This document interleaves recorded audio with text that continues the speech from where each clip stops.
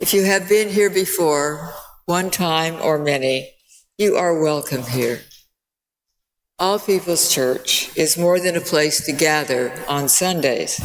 It is a community, a spiritual home where you may develop and deepen your gifts. We gather to feed our minds and souls that we may each become blessings to our families, to our friends, and to the larger world around us. If you are a visitor today and you haven't yet signed in, please do. There is the visitors table by the front door. Signing in will give us the opportunity to acknowledge your visit and to place you on our mailing list to receive our weekly newsletters and our weekly emails and our monthly newsletters. Before we continue with the service, we have a couple of announcements. We have two wonderful Spectrum concerts here. One of them is tonight, that is today, later tonight, at 7 p.m., and the other one is tomorrow night. Yes. I'm sorry, say that again? Oh yeah, this is to celebrate the Chinese New Year, and it's, let's see, need to be anything else in here. There is going to be playing a Chinese stringed instrument called erhu or something like that, and so that's going to be there, and I think that there's also Chinese food afterward, I understand. So it's going to be fun. Anyway, if you possibly can, you should come. Look on here. There are tickets. You do need to get tickets. So the link for the tickets is on the bottom of here. And there's a copy of this that's out in the hall. And then the concert tomorrow is Around the World in 90 Minutes. So it's an international music adventure. So that one is going to be fun. So that one, it says 7:30 on here, but I am actually not sure about that time. It might be 7. So just in case, you might want to come at 7. One thing about the Chinese one, typically you get $35, but there is a discount code for members of this church, which is all equals 20. So if you want to buy some tickets online, use the discount code all equals 20, and only $20 rather than 35. All caps. All caps. Oh, all caps. That's why it didn't work for me. Okay. Watch out for that. All caps. Thank you. All right. And now, please settle comfortably for our musical prelude.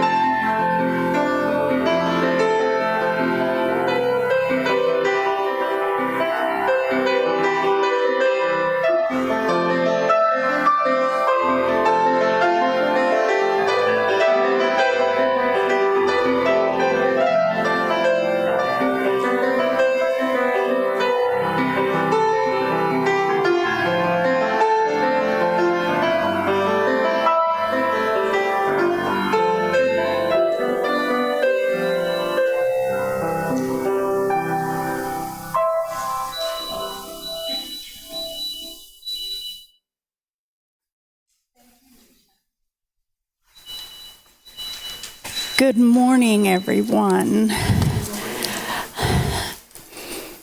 I brought a special book with me this morning, and I'm going to encourage everyone to borrow it at some point or another and read it. Julie has first dibs. She's taking it home today, but when she brings it back, it is Renounce, Resist, Rejoice by Michael Coffey, Being Church in the Age of Trump. Now, he wrote this during the first term.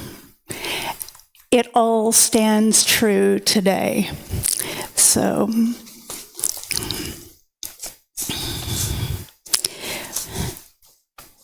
one of the sections ends with, we might be tempted to despair and think, if only the world were more loving and generous and merciful. But here's the thing, we are the if only. We can't wait for everyone else to be lovable. We are God's love, loving them into love. And that is perfect. That is holy. So,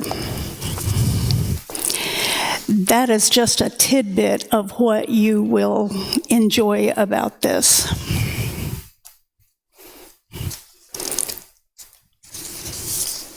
Our opening words.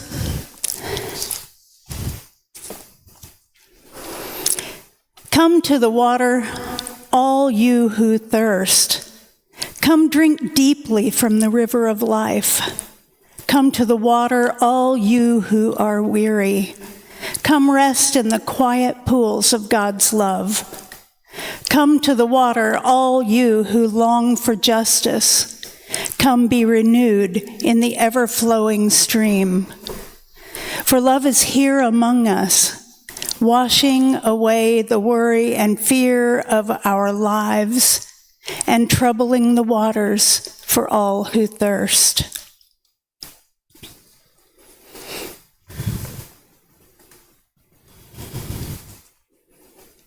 We now invite you to rise in body or spirit for the chalice lighting, our opening hymn, and our spoken affirmation.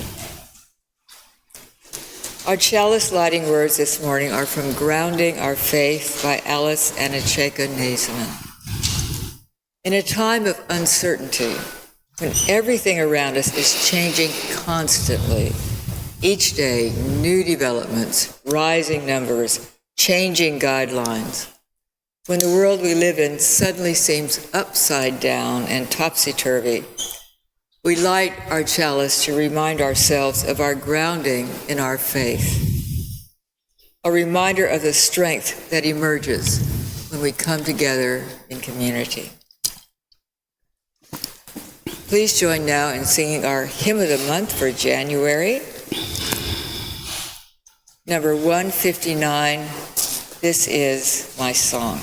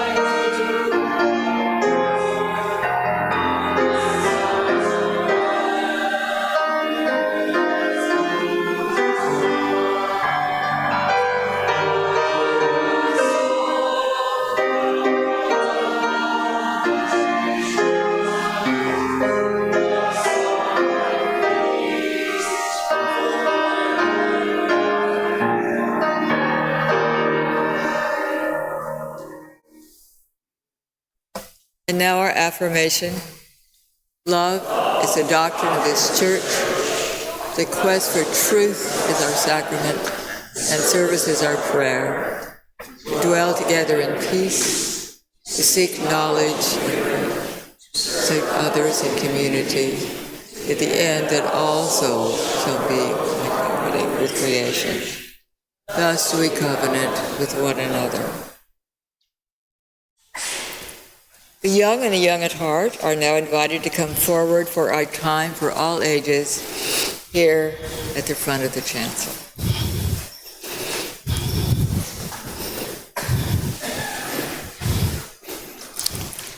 Hey, good morning. Do y'all want to come sit up here, and that way I don't have to be weird with the book? It's really hard for me to read backwards. So this is called Mary Can, and it's by Mary J. Blige. I'm Mary. I love a lot of things.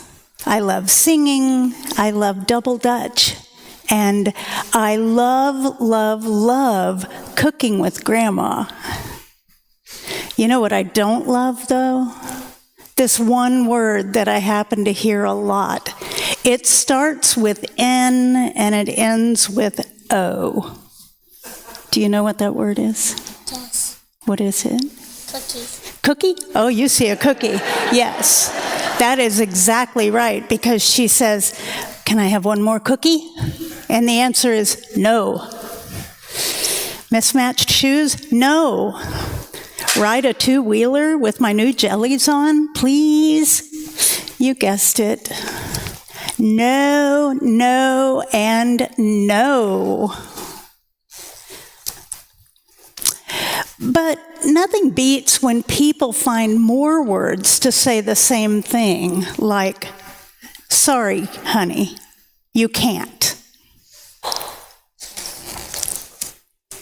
Yeah, I know that every day can't be a yes day. Sometimes a no here and there is necessary. But most of the time, people say no or you can't because they dream too small. I remember the first time I heard "you can't." I was in Mrs. Robinson's class. I showed up bright and early because I was super excited. "We're going to learn scales today," said Mrs. Robinson. "Then we will choose our lead singer for the showcase."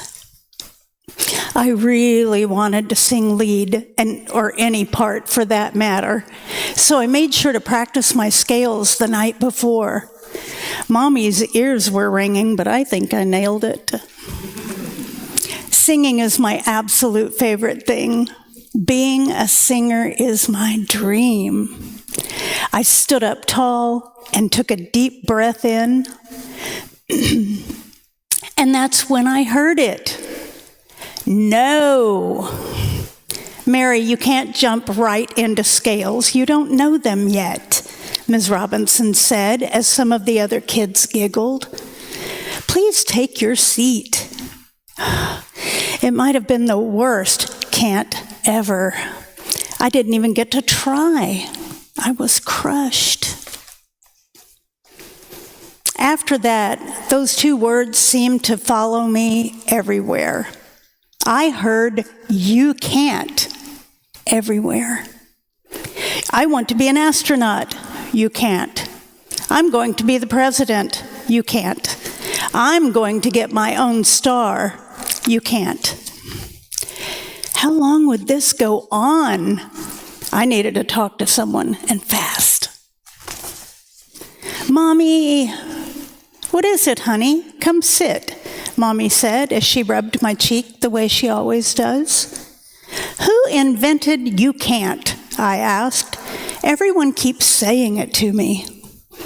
Well, I'm not sure who invented it, but when it comes to our dreams, that phrase isn't part of our family's vocabulary, Mommy said. It's not? I asked. When have you ever seen Mommy or Grandma not do something because someone said we couldn't? She replied. I thought about it long and hard. Mommy and Grandma sure did a lot of things. They were unstoppable, unflappable, unwavering. Actually, never. Right, baby girl. Now you take that to anyone who says you can't. With Mommy's words in my heart and a new way to walk, I learned how to beat can't with can. Yes, you can. Yes, you can. Who can travel to space? Mary can. Who can wear mismatched shoes to the inauguration? Mary can. Who can ride on a two-wheeler to pose with her shiny star? Mary can. And most important, who can work hard, follow their dreams, and do whatever they set their minds to? Mary can. When I finally returned to Ms. Robinson's class, she said we'd be learning scales again.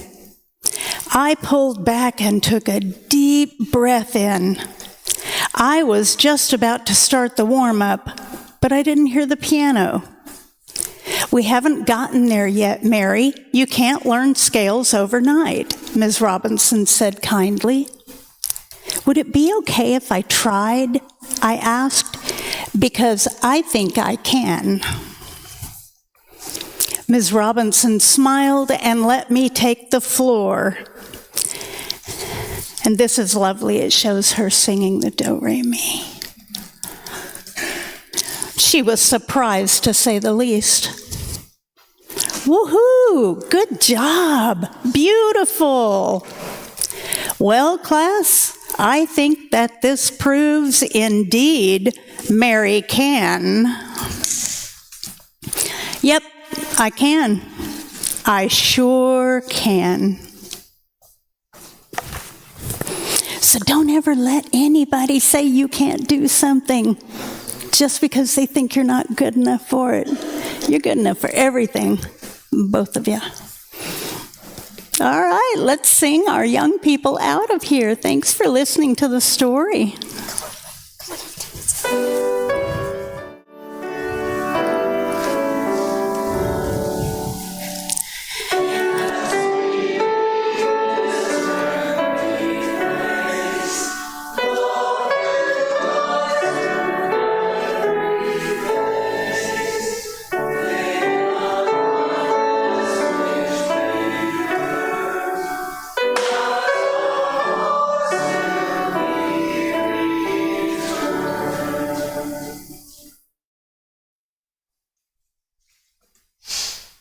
Unitarian Universalism is a grand vision of a world filled with peace and justice, love and joy.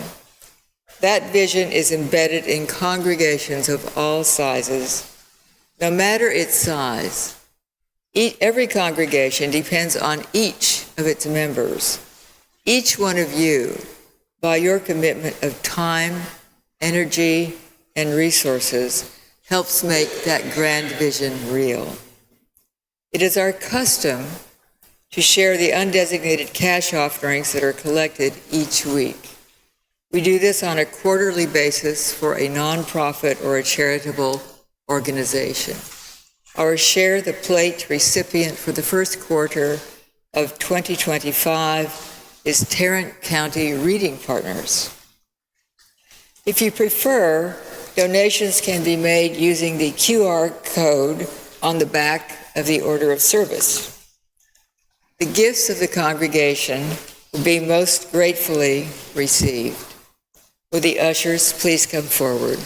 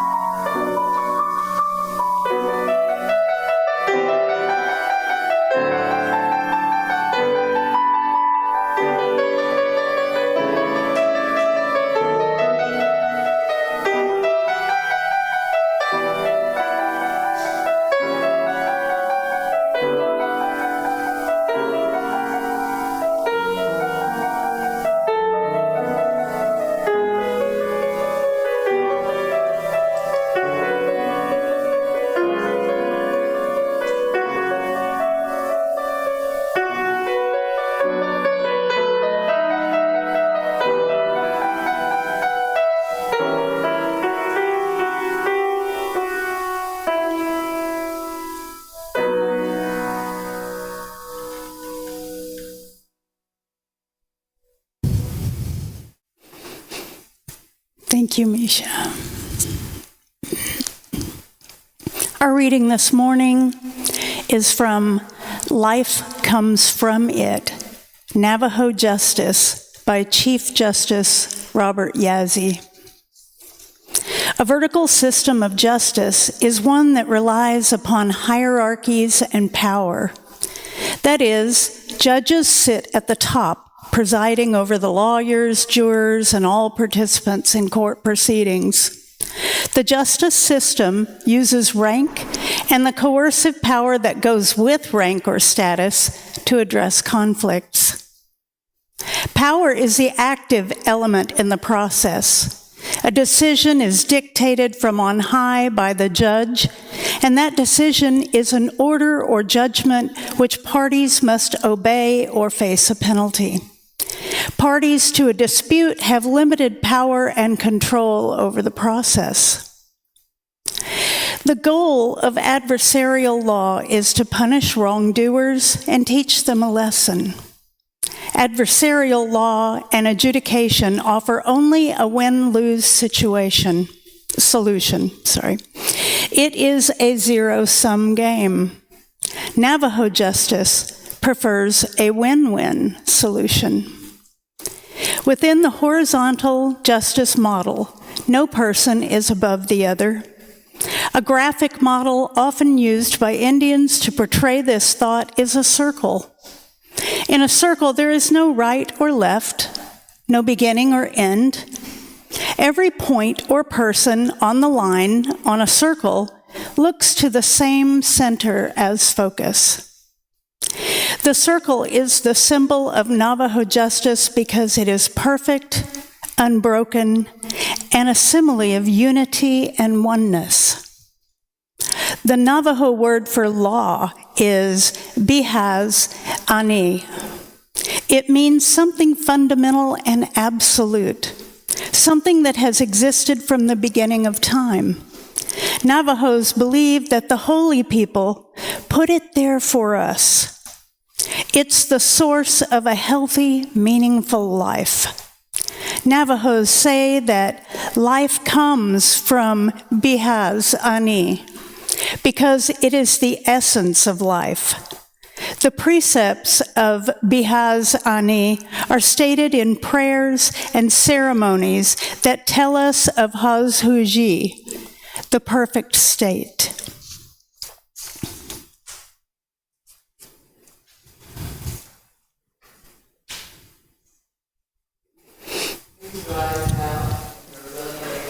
Next hymn, number 298, Wake Now My Senses.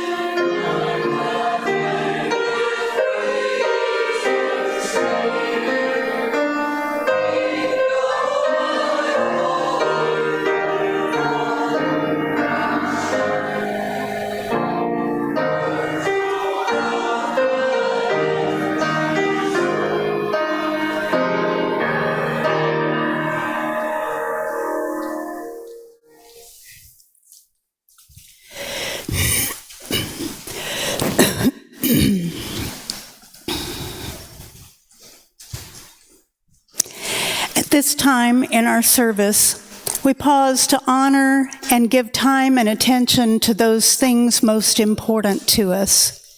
We gather here for healing and for peace in our hearts, and to honor our time together with the shared stories and news from the congregation. Each week there's a journal outside the entrance to the sanctuary where you can write a message of memory or hope before the service. We honor these messages by lighting 3 candles here next to our chalice. Also, at any time during our service, you are welcome to come forward and light a candle in our meditation center here at the side of the chancel. In our book of memory and hope this morning, we have been asked to remember Rita Faust and Paul Shatman. Rita is recovering from gallbladder surgery. Her daughter did fly in from England and is with her, and she is home and doing well. Paul has strep throat, which is no fun.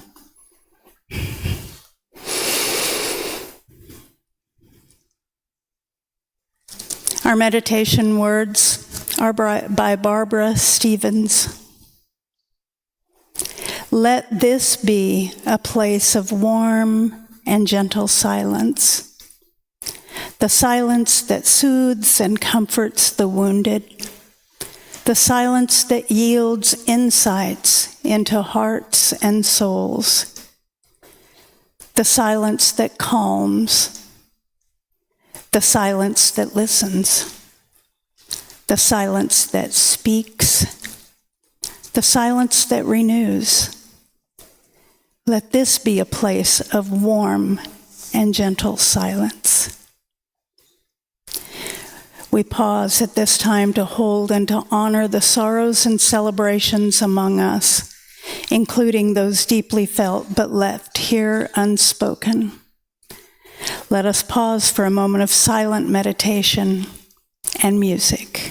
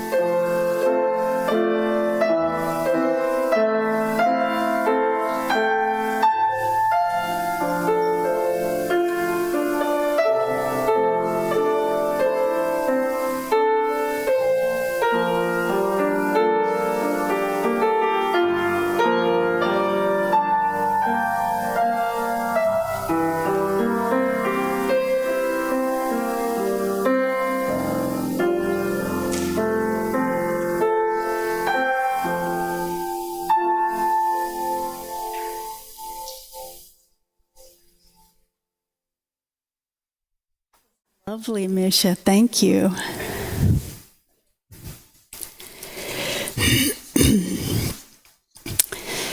It's Saturday morning. The cats are racing through my house. The pig is outside my window getting a drink from the chicken's water, slurping loudly and grunting happily. My dogs bark every time the cats fly from the hallway to the living room. My rooster is crowing from his perch on top of the pig. 90s grunge music is playing in the kitchen. I hear water running and dishes clattering. From the end of the hallways come the sounds of Japanese anime. I sit in my room, soft hum of my heater as background to the stewardship workshop on my Zoom meeting. The sounds are comforting, something I can lose myself in. Sounds that take me away from what is not right in the world. Like many of you, my heart has been hopeful and hopeless this week. At times, those emotions have been competing for space. Bishop Marianne Buddy lifted us all with her words that asked for mercy on our planet and its inhabitants. Words that reflect all our worries and fears over the incoming administration. Words that reinforce the dangerous truth of oligarchies pretending to be gods. The bishop was troubling the waters that morning. She's quite used to doing that. And she troubles with the kindest heart and most justice-loving intentions. She makes no excuse or apology for her words. She is like the psalmist in Psalm 82, crying out for justice in a hurting world.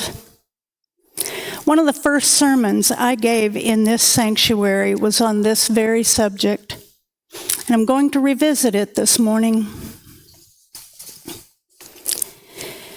In September of 2020, Supreme Court Justice Ruth Bader Ginsburg passed away after a long and vigorous fight with cancer.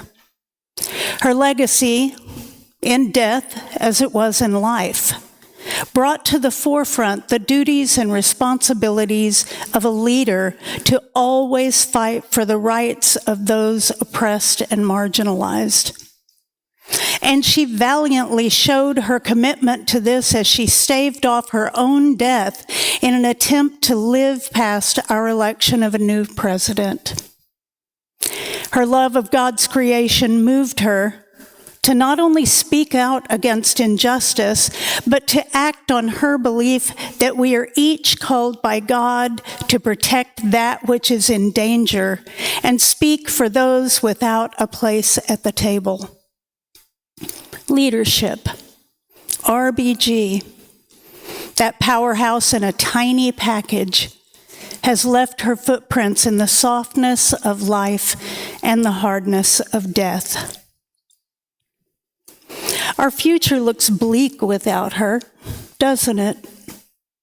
She sat on the high council in God's divine assembly as one of God's divine beings, a judge, a God with a little g, one who, according to ancient scripture, is appointed by God to guard and protect creation, to lead humanity by example, to create a fair and equitable community for all, a judge of the wicked and protector of the lowly. There are over 2,000 verses in ancient scripture calling for us to meet the needs of the poor, the marginalized, the oppressed, the orphans.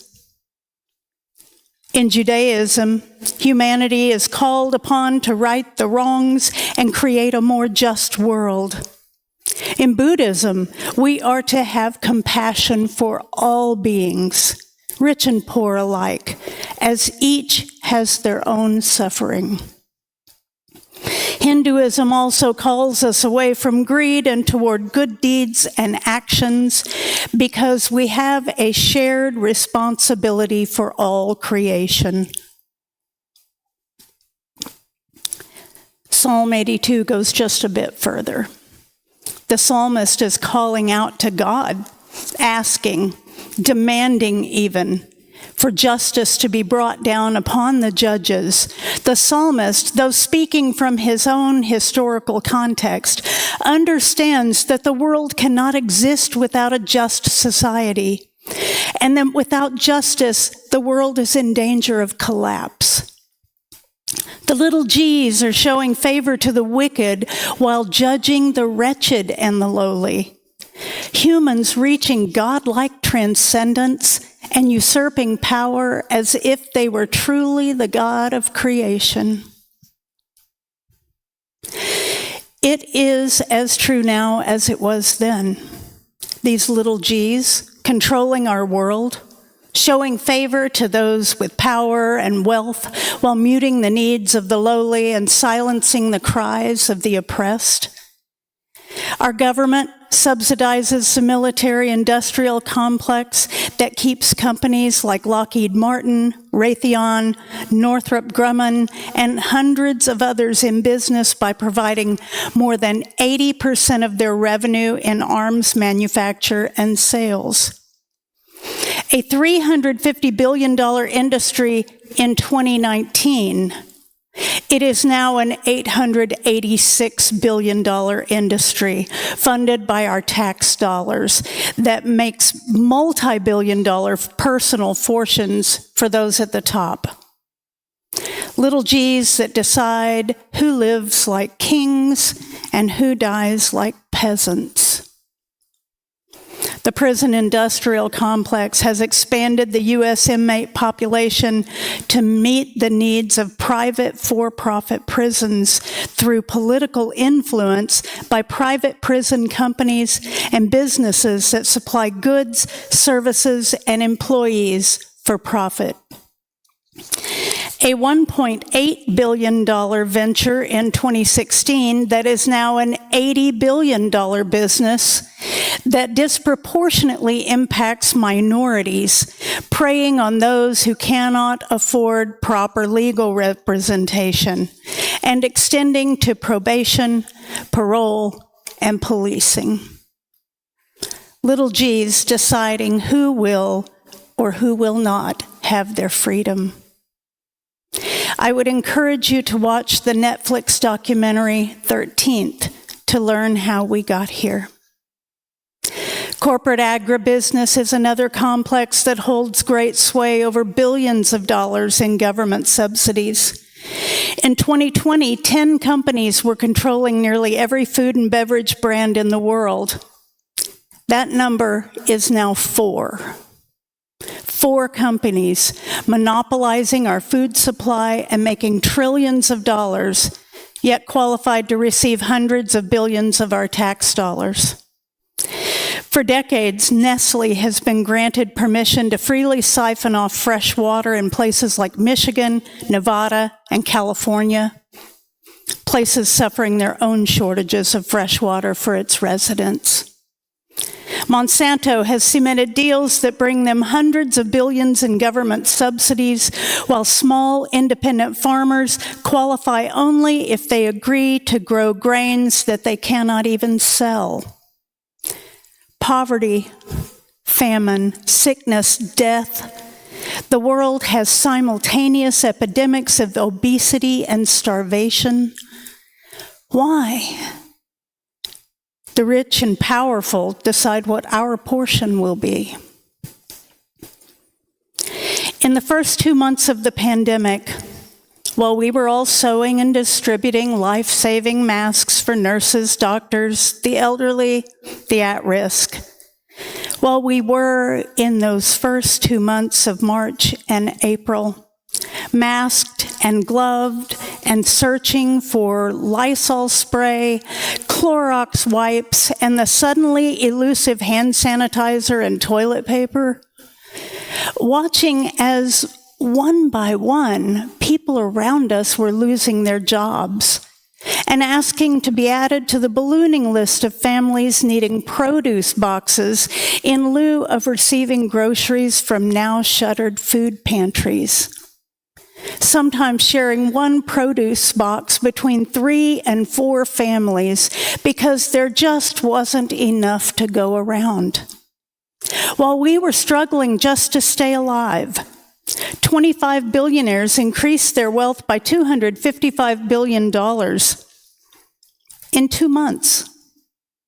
As of May 2022, their wealth has increased by $1.7 trillion. That number is now $258 trillion, an increase of 88% in 3 years. And yet, we still plead for a $15 an hour minimum wage. The only billionaire to see their wealth decrease is Mackenzie Scott, and that is due to her aggressive charitable giving. She is the ex-wife of Jeff Bezos.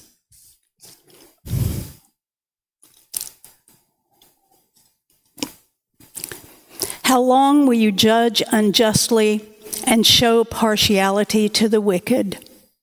The psalmist really wants to know, because he has seen that God created this world with a mind and heart set on equity and justice, but those in power have become distanced from those they are appointed to protect, and greedy for financial gains in exchange for favors that create even more wealth and power for the elite. Rescue the weak and needy, deliver them from the hand of the wicked. The ignorance and failings of these leaders are threatening the very foundations of the just and righteous universe God has created. And the psalmist is crying out to God to intervene. I'm always wary of people calling out for godly intervention, though. Humans credit God with all kinds of horrific disasters as response to our behaviors. Firestorms, floods, famine, disease. Some will say that's how God handles our arrogance. If that's the case, why have we not been washed clean of the greed of humankind? Why are we consistently told how to care for one another across so many millennia and still find ourselves in this chasm of socioeconomic and environmental divide? So maybe we should just ask ourselves, who exactly is answerable for how things are now? We can, like the psalmist, cry out to God until we no longer have a voice. But God did not make the mess we're in now. Throughout organized religious and spiritual groups, there is a running narrative that says the moral order of things is tied up with the created order. They are intimately connected. When we say that the world was created as good, we are saying that it was created as just. After all, you cannot say that it was a good world if it were not a just world. God handed humanity a perfect world with enough of everything to go around tenfold, 100-fold. We have the power to choose our own leaders and hold them accountable for their misdeeds. So who exactly is answerable for corporate greed, for eco-pollution, for hunger and war and hate groups, terrorism and genocide, for wildfires and the destruction of ecosystems, for systemic racism, and for global pollution that is creating a climate change that will surely be the end of human life unless we take drastic action immediately? Who is answerable? Is it the little g's? Because it would be easy enough to blame them, to walk around as blindly as them, wringing our hands and believing there is nothing we can do to change the course this world is on. Or do we hide our own dirtied hands behind our backs? Our hands that have allowed this destruction of God's promise to occur while the little g's profit. The psalmist gives us the answer in this psalm with a stinging indictment on leadership that benefits only the top and allows open suffering at the bottom. He says these leaders may be powerful, but they are as mortal as you and I. They breathe like us and walk like us and die like us.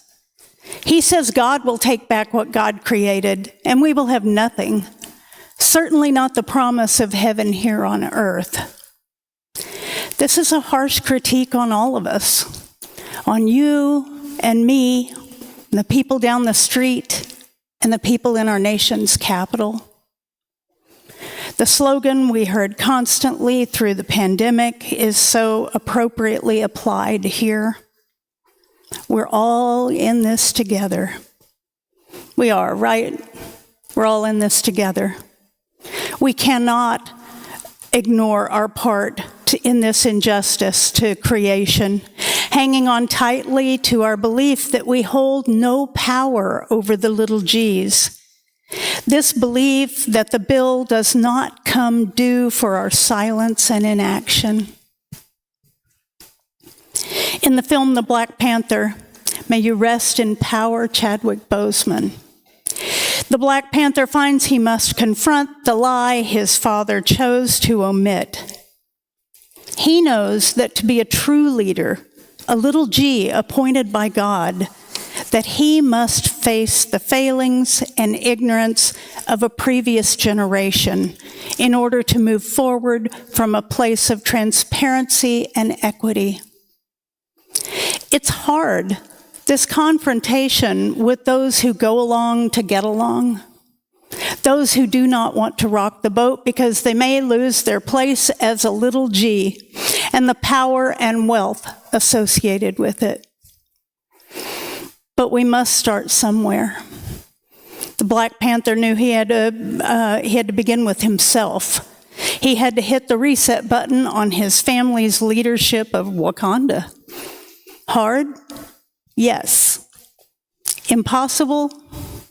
No. See, there's no divine right to rule. The psalmist makes that clear for the little gods. These leaders that offer no justice for the marginalized and poor. When people live and rule unjustly, the result is not just the collapse of the moral order, but the collapse of creation itself. We're right to be concerned about these little gods who are answerable for the way things are. For most are ignorant, unwise, and lightless in mind and heart. For through their actions, all the foundations of the world are shaken. We see the destruction of creation and the prevalence of injustice tied up together. How do we have hope for a future when it seems creation is already so far gone? How does the psalmist keep from despairing at a world full of turbulence and destructive forces? How does he keep from feeling fatalistic? What prevents him from covering his eyes and ears and pretending it will all just go away? Do you know what makes the psalmist say that just because this is the way things are, it doesn't mean it's the way they must remain? What gives the psalmist hope is his vision of a true God, little g, in the great assembly. His hope is in the vision of God calling into account the powerful, the rulers, the little g's. To the psalmist, it is the great truth that God rules supremely and justice will be rendered. The psalmist sees the veil of power held by the little g's being pulled aside to expose them for what they are: human, mortal, nothing to fear. He cries out in hope, knowing they hold no real power, knowing God is the only true ruler of creation. The powers that we see at play in our world, all of those forces that can make us feel like pawns, used and manipulated to elevate others' position or wealth, They will, like us, one day have to reconcile their actions on earth. And this makes all the difference in how we are to live. No longer are we taken in by the power of others. No longer do we think of them as gods. Instead, we know they are just forces we must address. They are sins of a previous generation that we must confront, setting the scales of justice even once more. Robert F. Kennedy said, "Let no one be discouraged by the belief there is nothing one person can do against the enormous array of the world's ills, misery, ignorance, and violence. Few will have the greatness to bend history, but each of us can work to change a small portion of events. And in the total of all those acts will be written the history of a generation." Friends, each day we are allowing ourselves to become empowered by this enormous array of the world's ills, taking small steps and working together across racial, ethnic, gender, and economic divisions to bring about the just and good world that once was, long before human greed and little g's took over. We are still in the streets, pulling back the curtain on those who corrupt and destroy. We continue to no longer stand silently with bound hands and sealed lips as others seek to extinguish the justice which is the foundation of creation. We continue finding our own place in the divine council, ready to be the leaders creation has called us to be. We're already writing a new history of a generation, one that cries out for mercy like Bishop Buddy, one that speaks truth to power like Jasmine Crockett and Alexandria Ocasio-Cortez and Bernie Sanders, one that gives away more than she keeps like Mackenzie Scott, one that cries out with the psalmist, "Rise up, O gods, judge the earth, for all the nations belong to you."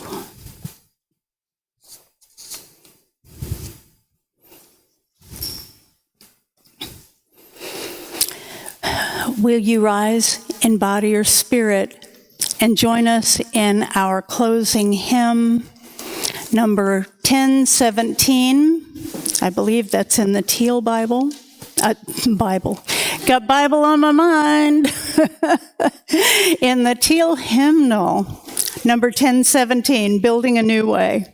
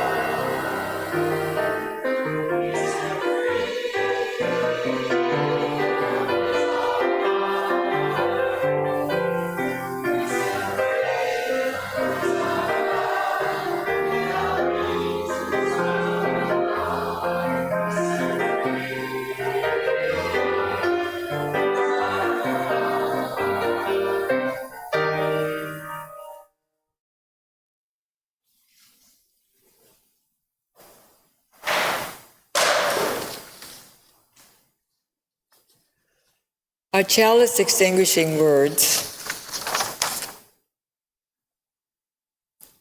are from somebody. Okay. Knowing how quickly the flame of truth may be extinguished, how easily the chalice of fellowship broken, let us be vigilant in faith, keep peace in our hearts, and make care for one another, the watchword of our lives together, so our light goes out everywhere into the world.